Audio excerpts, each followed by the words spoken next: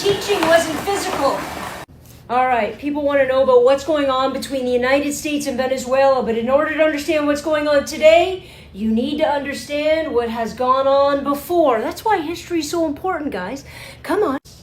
Venezuela and the U.S. I've decided to do this chronologically because I feel like doing history metaphorically difficult.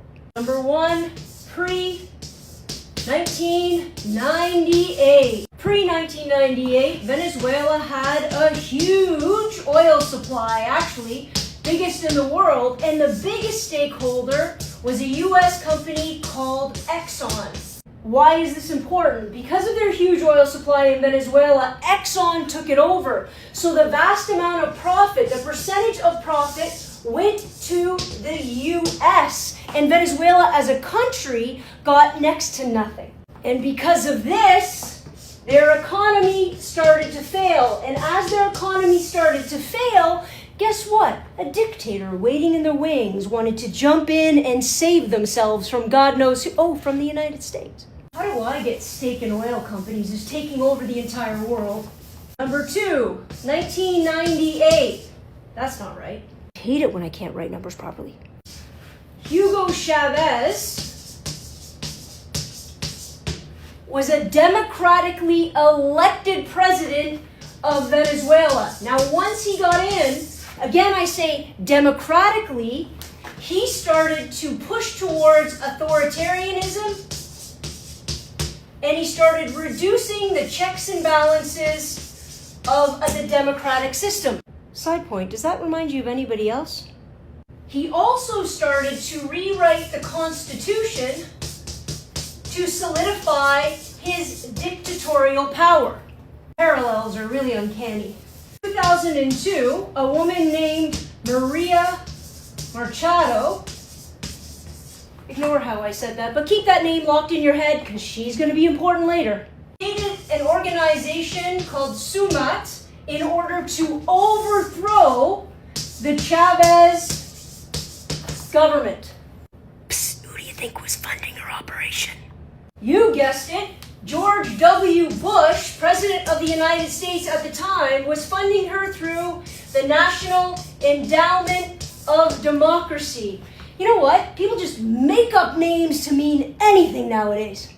So through this National Endowment for Democracy, the United States funded Machado in order to overthrow Chavez. And when it didn't work, Bush said, "Not my problem, I didn't know anything about it."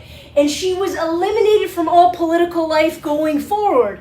And then, in 2002, Bush was a very busy guy.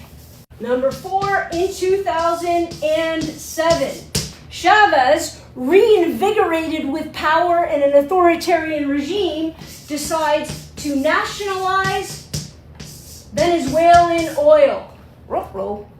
That meant that Venezuela took all of Exxon's money, all their oil, and all their access to oil, and shifted the lion's share of profits back to Venezuela and left Exxon, well, not a lot of money. P.S. Exxon then sued and won $1.4 billion in a claim. But what kind of international police force are we going to get for Venezuela to be forced to pay Exxon? None.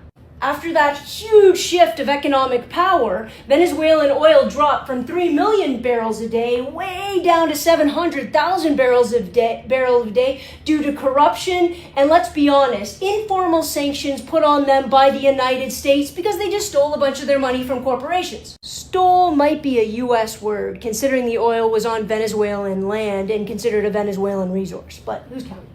The U.S. really does imperialism out of 10, don't they? Ooh, new chalk.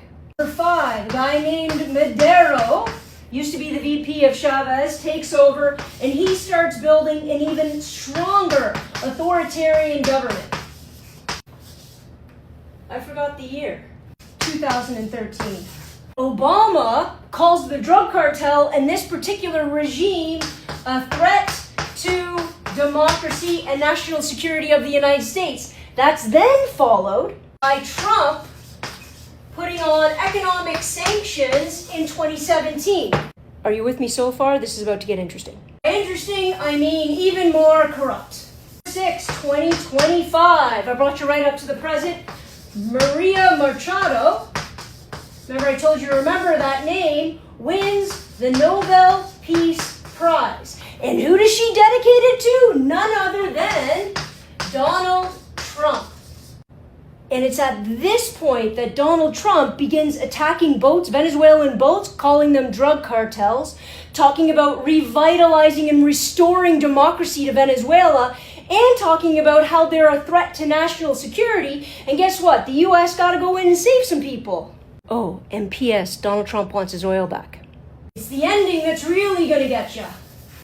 The big question about why Donald Trump is doing this is why, and I think the answer is going to surprise you a little bit.